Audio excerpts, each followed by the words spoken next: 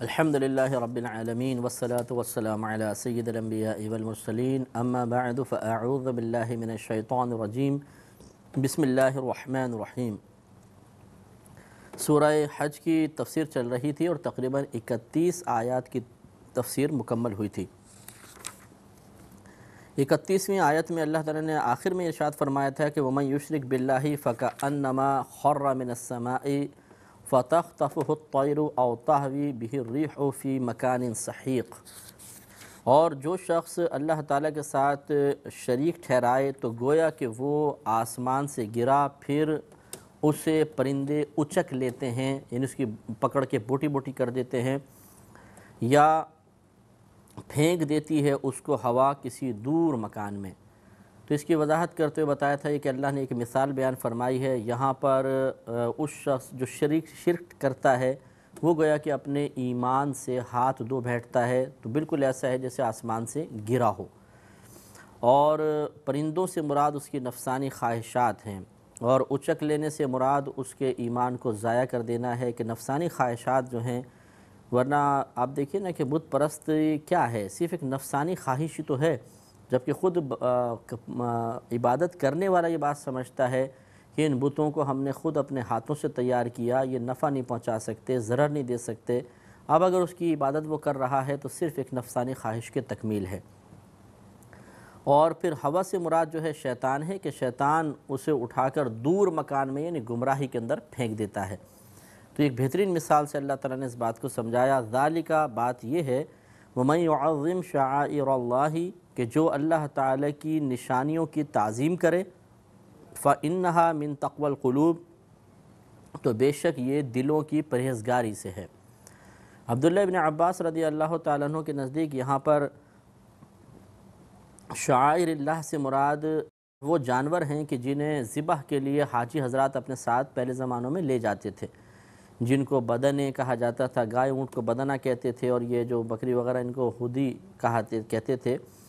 تو یہ مطلب ہدایہ اور بدنے جو ہیں ان کے بارے میں اللہ نے فرمایا کہ جو ان کی تعظیم کرے تو بے شک یہ قلوب کے تقوی میں سے ہے۔ تو یہاں سے بھی یہ ثابت ہوا کہ شعائر اللہ کی تعظیم منع نہیں ہے، اور یہ آپ اب یہ بھی غور طلب بات ہے کہ یہ جانور کیوں اللہ تعالیٰ کے شعائر قرار دیے گئے، اس لیے کہ یہ اللہ تعالیٰ کی ایک عبادت کی تکمیل میں معاون ہیں، اللہ تعالیٰ کے قرب دلوانے کا سبب بنتے ہیں۔ تو یہ نتیجہ نکالا جا سکتا ہے کہ جو چیز اللہ تعالیٰ کے قرب کا سبب بنے وہ شعائر اللہ کے اندر داخل ہوتی ہے، تو وہ اس میں پھر نبی بھی داخل ہو سکتے ہیں، مقام متبرکہ بھی داخل ہو سکتے ہیں، اور ان کی تعظیم کو اللہ تعالیٰ نے قلوب کے تقوی سے تعبیر فرمایا کہ ان کی تعظیم اسی وقت ہوگی جب دل میں تقوی موجود ہوگا۔ تو معلوم یہ ہوا کہ تعظیم اللہ کے علاوہ کسی کی کرنا یہ ہمیشہ شرک کفر نہیں ہوتا، بلکہ یہ تو قلوب کے تقوی میں سے ہے، پرہیزگاری کی علامت ہے، لہٰذا اس کو ہمیشہ کفر و شرک کہہ دینا یہ مناسب نہیں ہے۔ لَكُمْ فِيهَا مَنَافِعُ إِلَىٰ أَجَلٍ مُّسَمًّى تمہارے لیے ان چوپایوں میں منافع ہیں ایک مقررہ مدت تک، مقررہ مدت تک یعنی جب تک آپ انہیں ذبح نہیں کرتے اس وقت تک، یعنی جو قربانی کے دن ہیں ان میں کرتے ہیں، یا جو حج کی قربانی ہوتی ہے اس کا وہ معاملہ مراد ہے، اس سے پہلے آپ منافع لے سکتے ہیں۔ منافع سے مراد اس پہ سوار ہو سکتے ہیں، اس کا آپ دودھ وغیرہ نکال کر ضرورت کے وقت پی سکتے ہیں۔ ثم محلها الى البیت العتیق پھر ان کا محل جو ہے یعنی جگہ، مقام جہاں ورود ہے، نزول کا مقام ہے، وہ اس آزاد گھر تک ہے، یعنی کعبۃ اللہ تک، یعنی وہاں تک ان کو لے کر جائیں گے، پھر وہاں پر مناسک حج ادا کرنے کے بعد ان کو ذبح کیا جائے گا۔ وَلِكُلِّ أُمَّةٍ ہر امت کے لیے جعلنا ہم نے بنایا منسکن ایک قربانی، یعنی ہر امت پر قربانی لازم تھی، یہ اللہ نے صراحتاً بیان فرمایا ہر امت جو بھی گزری اس پہ قربانی لازم تھی، کیوں؟ لِيَذْكُرُوا اسْمَ اللَّهِ تاکہ ذکر کریں وہ اللہ تعالیٰ کے نام کو، عَلَىٰ مَا رَزَقَهُمْ ان چیزوں پر کہ جنہیں اللہ نے انہیں عطا فرمایا، من بہیمۃ الانعام یعنی چوپائے، بے زبان چوپائے، تو یعنی بے زبان چوپایوں پہ تاکہ اللہ کا نام ذکر کیا جائے، اللہ تبارک و تعالیٰ نے ہر امت پر قربانی کو لازم قرار دیا۔ فَإِلَٰهُكُمْ إِلَٰهٌ وَاحِدٌ تو تمہارا الہ تمہارا خدا ایک خدا ہے، فَلَهُ أَسْلِمُوا، تو اسی کے لیے تم اپنے سروں کو جھکاؤ، اسی کی فرما برداری کرو اور کسی کی نہ کرو۔ وَبَشِّرِ الْمُخْبِتِينَ،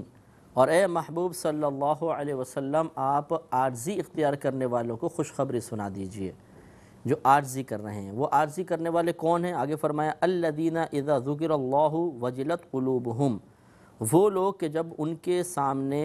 اللہ تعالیٰ کا ذکر کیا جائے تو ان کے دل ڈرنے لگتے ہیں، خوف محسوس کرتے ہیں، خشیت الہی ان پر طاری ہو جاتی ہے، قرآن سن کر، آیات سن کر، آیات کے ترجمے سن کر، رقت انگیز کوئی اصلاحی بیان سن کر ان کے دل ڈرتے ہیں۔ یہ علامت ہے عاجزی اختیار کرنے والوں کی، اور ان کے لیے خوشخبری ہے۔ وَالصَّابِرِينَ عَلَى مَا أَصَابَهُمْ، اور وہ لوگ جو صبر کرنے والے ہیں ان چیزوں پر جو ان تک پہنچتی ہیں، یعنی مصیبتوں پر صبر کرنے والے بھی عاجزی کرنے والے ہیں۔ وَالْمُقِيمِ الصَّلَاةِ، اور نماز قائم کرنے والے، کیونکہ نماز سراپا عجز اور انکسار کا ایک نمونہ ہے، اظہار ہے۔ آدمی کا کھڑا ہونے کا انداز دیکھ لیں، اور رکوع دیکھ لیجئے، اور سجدے میں تو اپنے جسم کے اشرف ترین حصے کو وہ زمین پر لگا دیتا ہے۔ لہٰذا اللہ تعالیٰ نے انہیں بھی عاجزی اختیار کرنے والوں میں شمار کیا، اور اس پر خوشخبری کی بشارت ہے۔ اور خوشخبری آپ کو پہلے بتایا تھا ایک دفعہ کہ خوشخبری سے مراد اللہ تعالیٰ کی رضا، جنت میں دخول، ایمان کی حفاظت۔ وَمِمَّا رَزَقْنَاهُمْ يُنْفِقُونَ، اور ان چیزوں میں سے جو ہم نے انہیں عطا کی وہ خرچ کرتے ہیں۔ یہ خرچ کرنا بھی تواضع اور انکساری کی علامت ہے۔ اب اس کے بعد پھر اللہ تبارک و تعالیٰ نے جانوروں کا تذکرہ شروع فرمایا، قربانی کے جانور۔ تو ارشاد فرمایا کہ وَالْبُدْنَ، اور بدن سے مراد ہیں اونٹ اور گائے۔ جَعَلْنَاهَا لَكُم مِّن شَعَائِرِ اللَّهِ، ہم نے بنایا ہے انہیں تمہارے لیے اللہ کی نشانیوں میں سے۔ لَكُمْ فِيهَا خَيْرٌ، تمہارے لیے اس میں بھلائی ہے، دنیاوی بھلائی بھی ہے، اخروی بھی۔ دنیاوی یہ کہ آپ اس کو سفر کے سواری کے طور پہ استعمال کر سکتے ہیں، ضرورت کے وقت ان کا دودھ وغیرہ پی سکتے ہیں، گوشت وغیرہ ان کا آپ کے لیے نافع ہے، اور اخروی لحاظ سے اس طرح کے اجر و ثواب حاصل ہوگا۔ فَاذْكُرُوا اسْمَ اللَّهِ عَلَيْهَا، تو ذکر کرو اللہ کا نام ان پر صوافا، اس حال میں کہ ان کے ایک پاؤں کو باندھ کر تین پاؤں کھلے چھوڑ دیے گئے ہوں۔ یہ اونٹ کے لیے ہے کہ اونٹ کو نہر کرنا سنت کریمہ ہوتا ہے، جس کا طریقہ یہ ہوتا ہے کہ آپ ایک کھونٹا سا گاڑ دیجئے، کھونٹے سے مراد لکڑی کا کوئی کنڈا یا لوہے کی کیل وغیرہ بڑی سی گاڑ دیں، اور پھر اونٹ کے ایک گھٹنے پر، سیدھے گھٹنے پر آپ رسی باندھ دیں اور اس کو اس سے باندھ دیجئے۔ اب اس کا گھٹنا پیچھے نہیں ہوگا، کھڑا رہے گا وہ، اور پھر ایک تیز دھار چھری سے لے کر اس کو اس طرح یہاں پہ جو اس کے گلا ہے اس کے اندر یوں ماریں گے، اور اس طریقے سے آگے پیچھے کریں گے تاکہ اس کے رگیں کٹ جائیں۔ اس طرح بھی کر لیں، اس طرح کر لیں۔ تو یہ نہر کرنا اونٹ کو سنت کریمہ ہوتا ہے، اس کا خون بہے گا، وہ تھوڑی دیر تک کمزور چیخے گا، کمزور ہو جائے گا، پھر آہستہ آہستہ گر جائے گا۔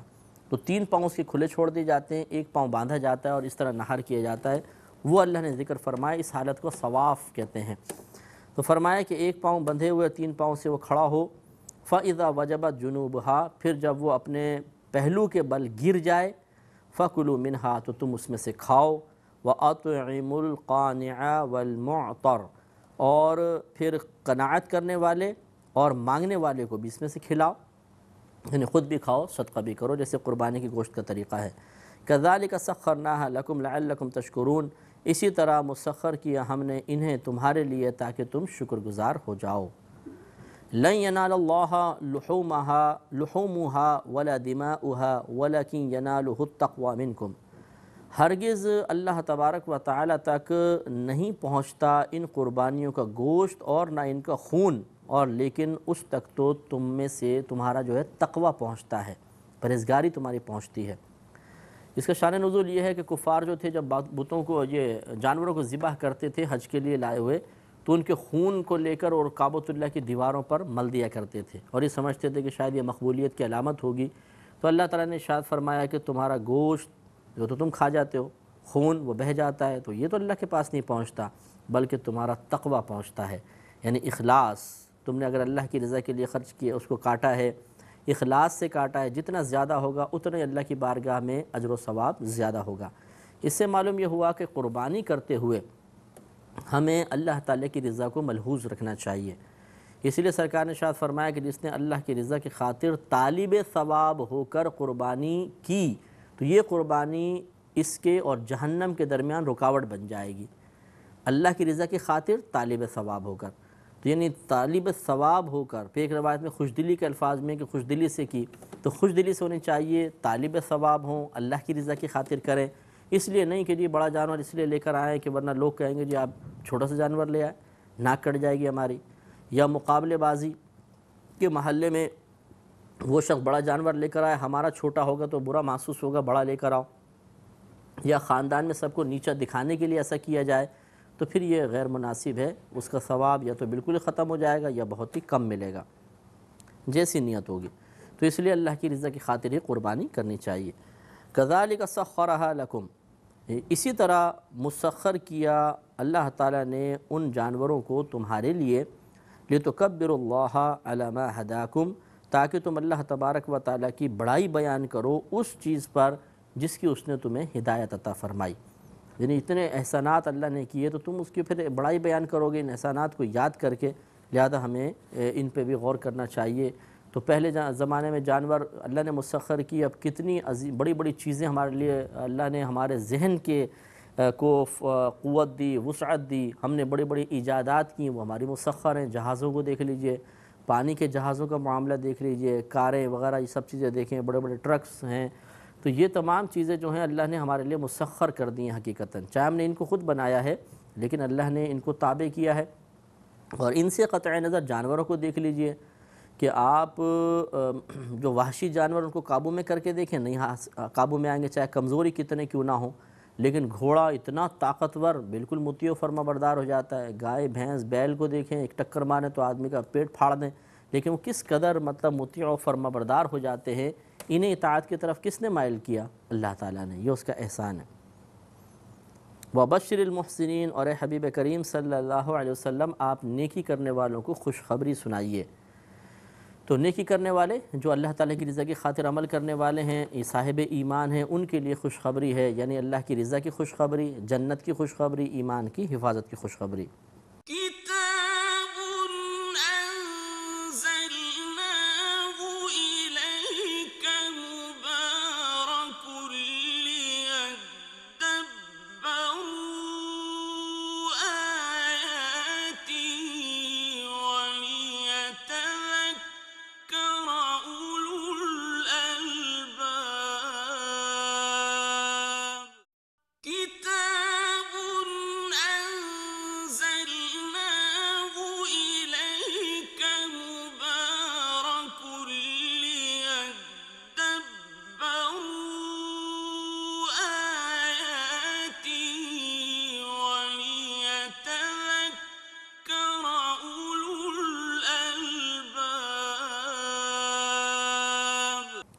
ان اللہ یدافع عن الذین آمنوا، بے شک اللہ تعالیٰ بلائیں ٹال دیتا ہے مسلمانوں کی، ان لوگوں کی جو ایمان لے کر آئے۔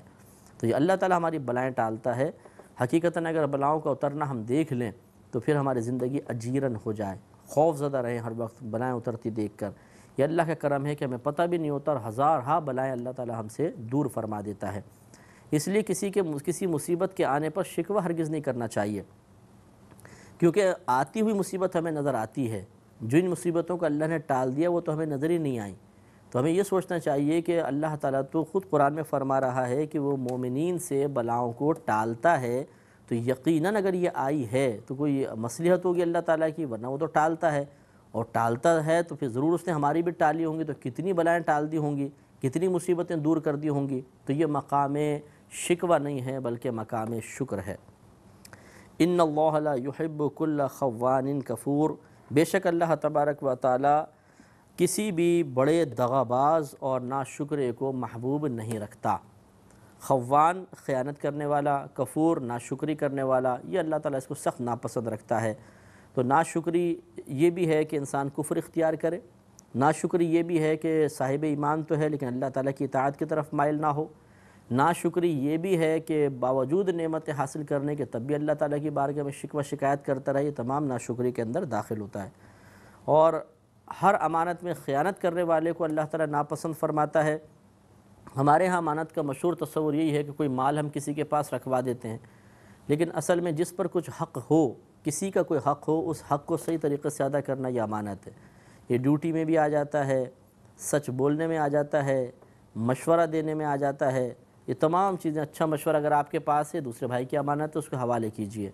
اور اسی طرح نصیحت اگر آپ کر سکتے ہوں، سامنے والے کے بارے میں گمان ہے کہ وہ ہماری بات مان لے گا، تو یہ نصیحت اس کی امانت ہے، اس تک ہمیں پہنچانا ہوگا۔ غرض یہ کہ بہت زیادہ امانت کا وسیع مفہوم ہے، اسے صرف مال کے ساتھ مقید نہیں کرنا چاہیے۔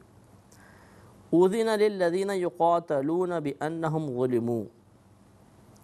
اجازت عطا ہوئی ان لوگوں کو انہیں جن سے کافر لڑتے ہیں، اس بنا پر کہ ان پر ظلم کیا گیا۔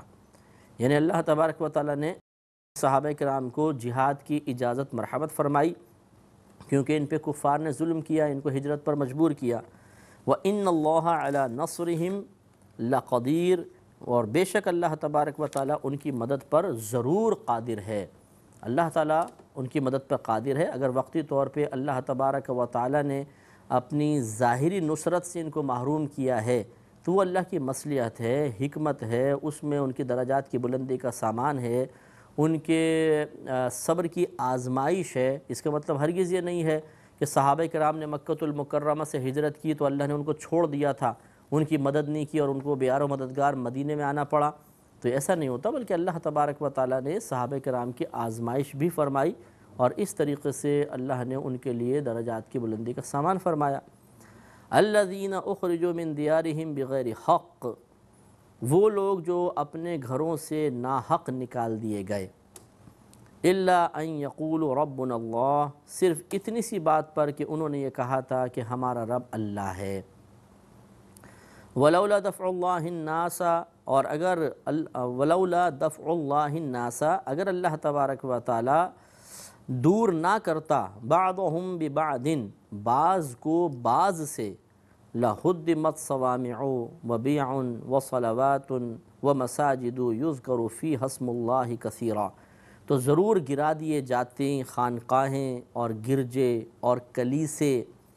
اور مسجدیں جن میں اللہ تعالیٰ کا نام بکثرت لیا جاتا ہے۔ یعنی اگر اللہ تعالیٰ کسی ایک کو ہی تسلط دے دیتا اس کائنات پر، تو یقینی سی بات ہے کہ وہی سب پر غالب ہو جاتا اور وہ لوٹ مار کرتا۔ اگر ایک مذہب والا ہوتا، دوسرے مذہب کی تمام عبادات کو تباہ و برباد کر دیتا، لوگوں کو مار دیتا۔ لیکن اللہ تعالیٰ کی عادت کریمہ ہے کہ وہ کبھی کسی کو غلبہ دیتا ہے، کبھی کسی کو غلبہ دیتا ہے، اس طرح کبھی مغلوب کر کے آزماتا ہے، کبھی غالب کر کے آزماتا ہے۔ وَلَيَنْصُرَنَّ اللَّهُ مَنْ يَنْصُرُهُ، اور بے شک اللہ تعالیٰ ضرور اس کی مدد فرمائے گا جو اس کے دین کی مدد کرے گا۔ اس پہ انشاءاللہ ہم طویل کلام کریں گے، بہت ہی زیادہ اہم آیت ہے۔ وآخر دعوانا ان الحمد للہ رب العالمین۔